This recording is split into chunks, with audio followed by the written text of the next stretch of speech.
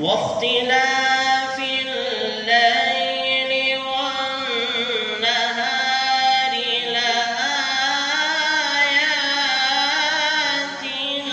لأولي الألباب.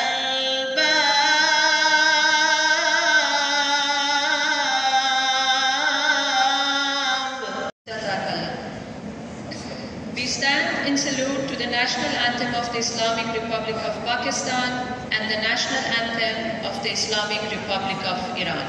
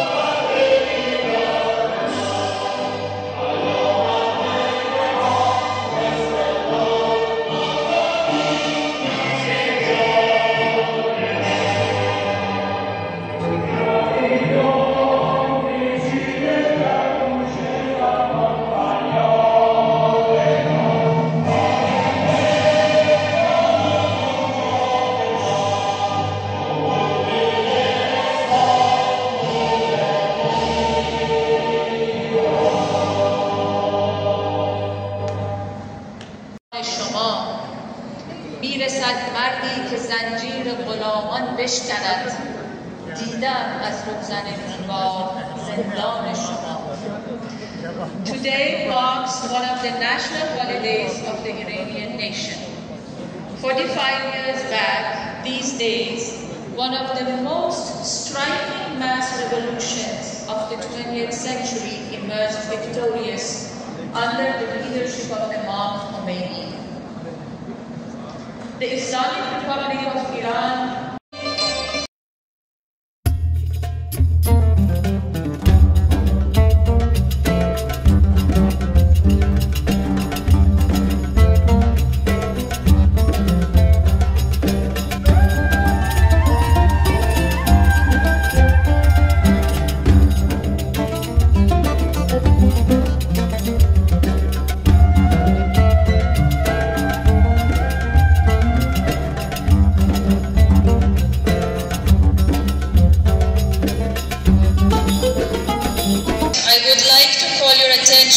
to a recorded video of speech by His Excellency Dr. Hossein Amir Abdullahian, Honorable Minister of Foreign Affairs of the Islamic Republic of Iran, on the occasion of the 45th anniversary of the victory of the Islamic Revolution of Iran.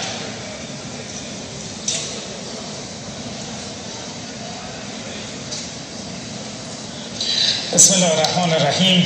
عرض سلام و شادباش دارم به حضور یکایک میهمانان عزیز و ایرانیان دوست داشتنی در سراسر جهان. ادای احترام میکنم به روح بلند امام راحل عظیم الشأن امام خمینی، بنیانگذار جمهوری اسلامی ایران. بسیار خرسندم که در 45مین سالگرد پیروزی انقلاب اسلامی ایران ما شاهد دستاوردهای بسیاری در حوزه‌های مختلف هستیم. این دستاوردها در تمامی حوزه‌های فناوری به گسترش و توسعه مرزهای دانش، علم، صنعت، حضور در فضا، پزشکی، مهندسی و سایر بخش‌های علوم انسانی، تجربی و فنی توجه دارد و ایران امروز در برخی از عرصه‌های علمی و فناوری جزو 5 کشور برتر و اصلی جهان به شمار می‌رود.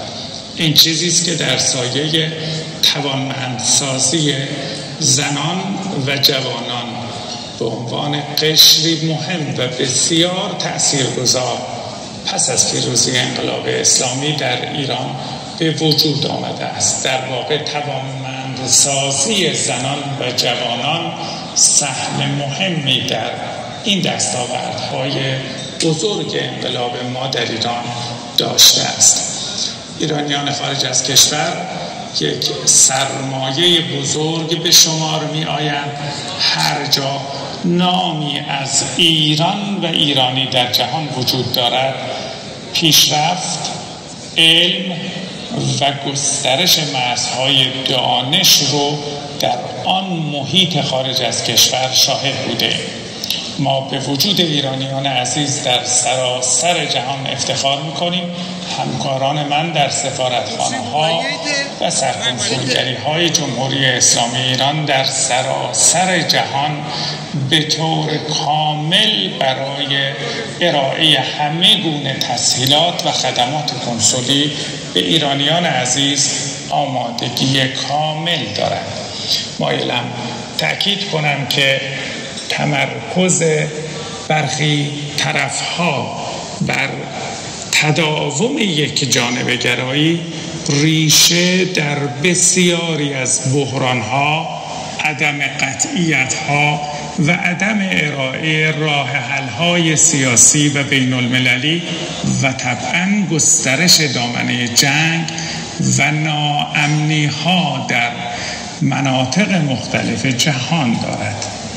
امروز تحولات به ویژه در غزه در سایه نسل کشی رژیم اشغالگر اسرائیل به خوبی نمایان ساخت که سازمان ملل متحد به ویژه شورای امنیت سازمان ملل در انجام وظایف خود ناکارآمد است. توجه بر چند جانبه گرایی و اصلاح ساختار شورای امنیت و سازمان ملل یک ضرورت اساسی به شمار می رود. جمهوری اسلامی ایران در سایه سیاست خارجی دولت جناب آقای دکتر رئیسی بر تعامل سازنده با همه کشورهای جهان با اولویت نگاه به آسیا و همکاری نیرومند با همسایگان تمرکز دارد. در این رابطه ما به گرمی دست همه طرف‌ها دوستان و برادران خود رو در جهان می‌فشاریم. از خدای سبحان بهترین ها رو برای یکایک ایرانیان عزیز در سراسر جهان آرزو دارم. سپاسگزارم. شاد و سربلند و پیروز باشید. Mr. Mihran Mubahid Fard, the Honorable Consul General of the Islamic Republic of Iran in Lahore, to come on the stage to deliver his speech, please.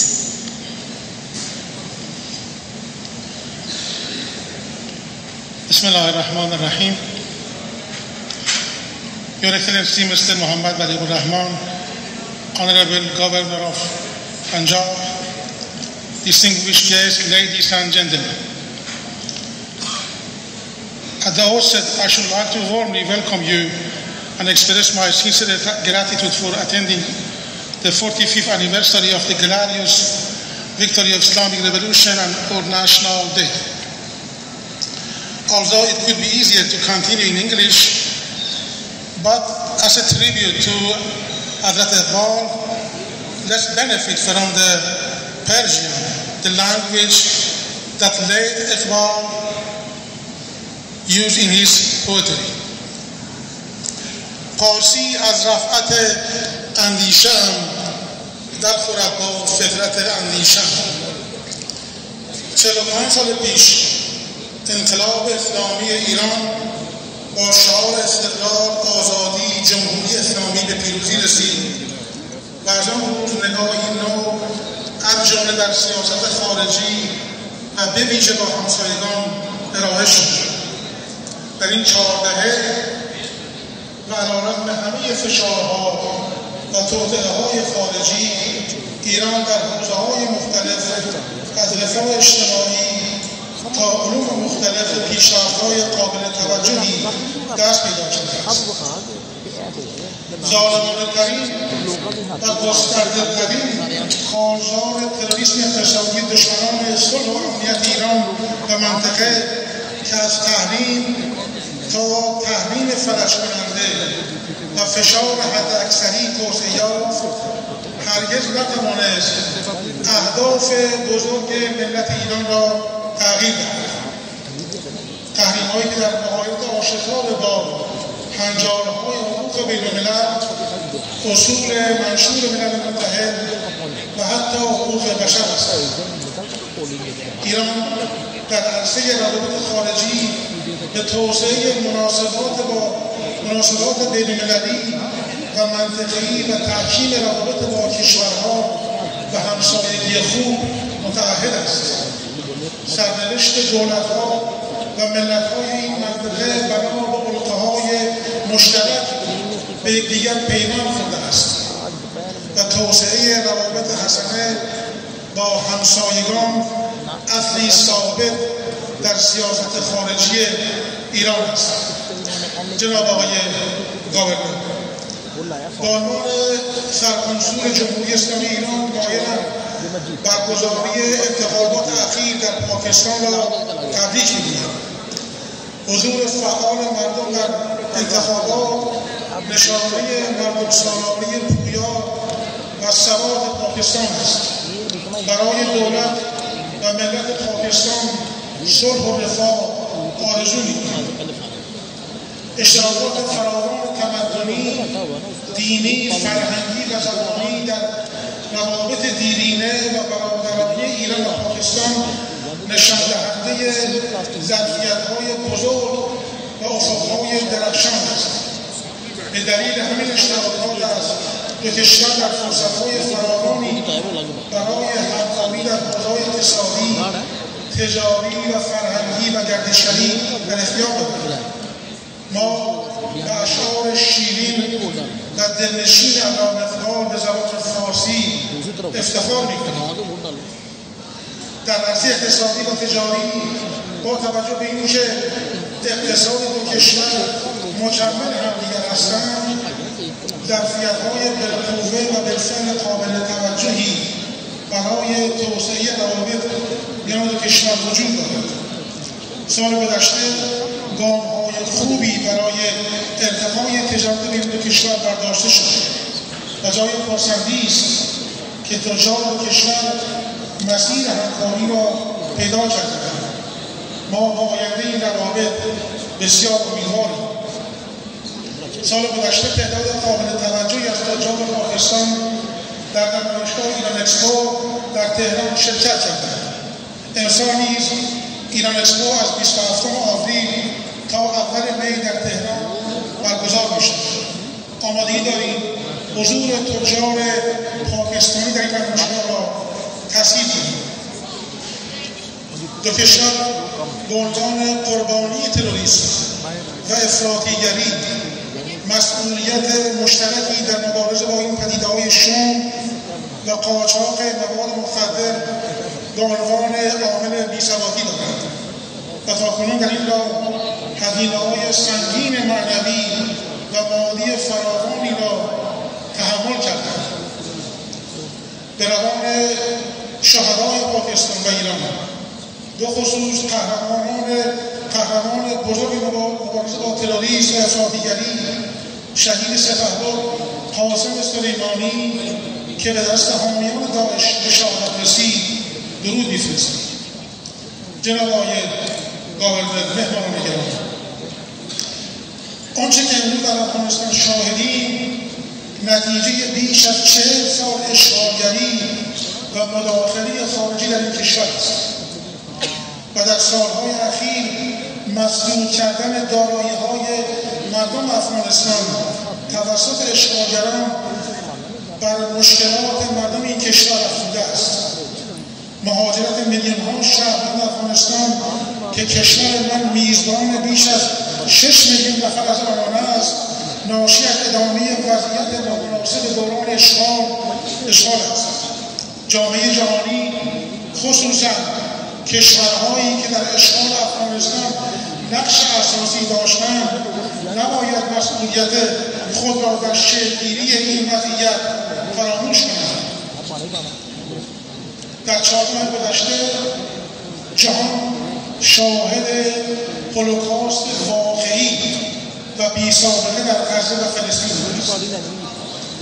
مجازات جمعی، کوچ اجباری و نسل‌کشی توسط رژیم اشغالگر و آپارتاید صهیونیستی سیاستی است که این رژیم از 75 سال پیش دنبال کرده، اما در این 4 ماه ابعاد وحشتناکی به خود گرفته است.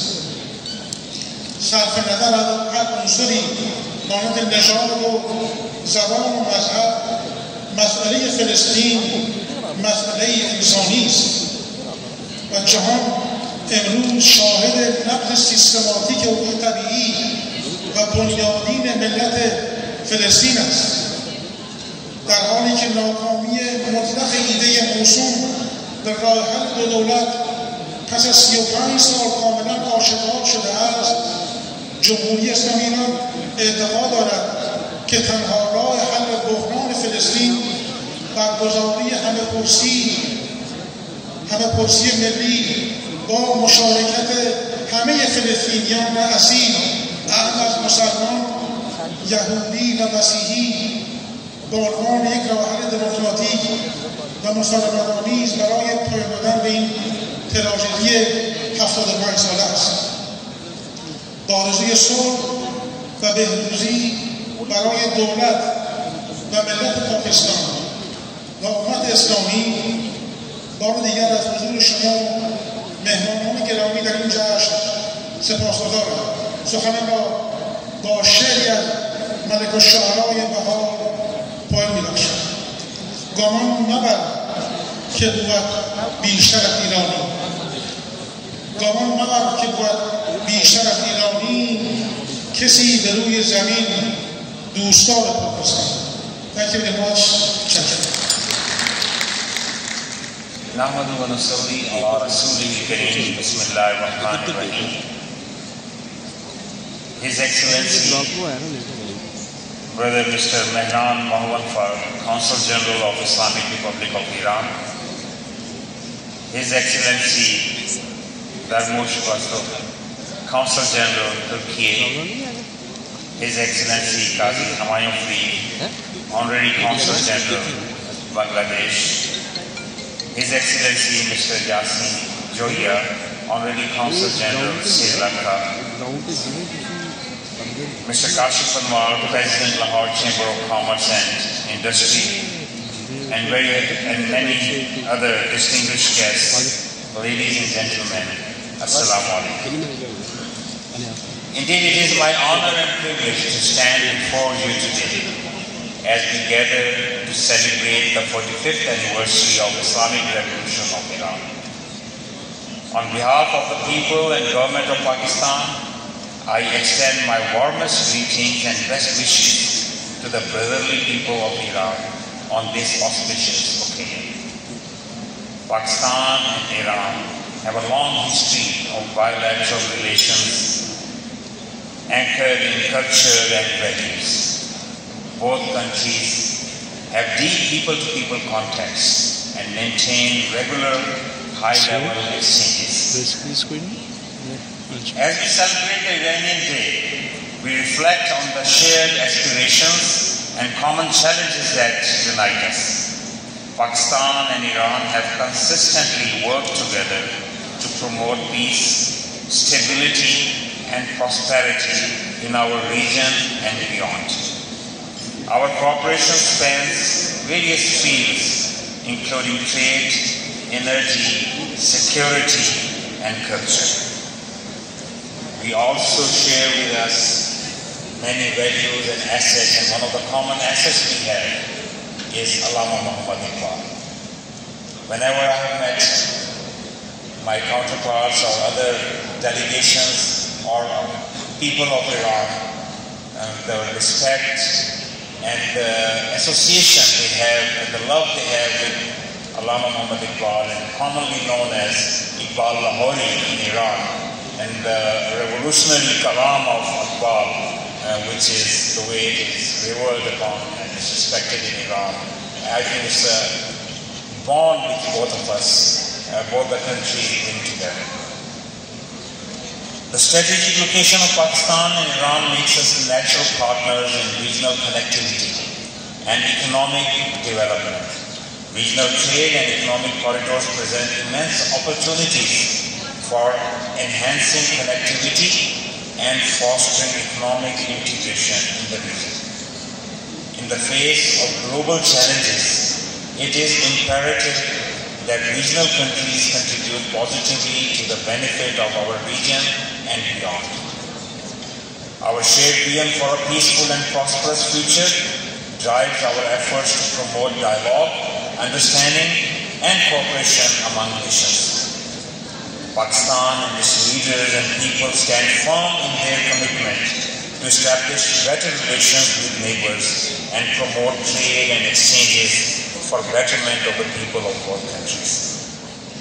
On this momentous occasion, let's not only celebrate the achievements of Iran, but also rededicate ourselves to the principles of friendship, cooperation, and solidarity that bind our two nations together. After some unfortunate, disturbing episodes recently at the border, all I have to say is that all is well if it ends well. And it is good that both sides have renewed their commitment to work together and move ahead in friendship and solidarity. It is very unfortunate to see the events which are unfolding in Gaza, and now it's even more getting beyond that, and Rafah is getting affected as well. The inhuman treatment which is being carried out, and the failure of the world to stop the injustices which are being done on humans. It's not just the property, or it's not just the carpet bombing which is taking away the entire assets of the people of Gaza, but also the way hospitals were bombarded, innocent children were killed, and women and civilians were killed. It is unprecedented, and the whole world must come together to work hand in hand to stop this menace, and to stop this cruelty, and to stop this barbaric act which is taking place. In conclusion, I extend my heartfelt congratulations again to the government and people of Iran on this auspicious day. May the friendship between Pakistan and Iran continue to flourish, bringing peace, prosperity, and happiness to our nations and contributing to a brighter future for generations to come, inshallah. Long live Pakistan-Iran friendship. Thank you.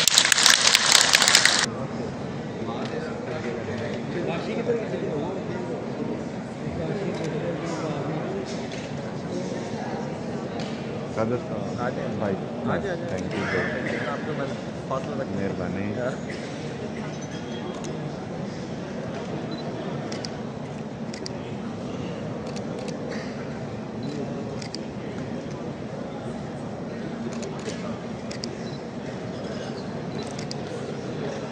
Sir हाथ रख के सामने वेट कीजिएगा, sir wait कीजिएगा, ज़रा सामने देखिए, sir wait कीजिएगा वीडियो के लिए।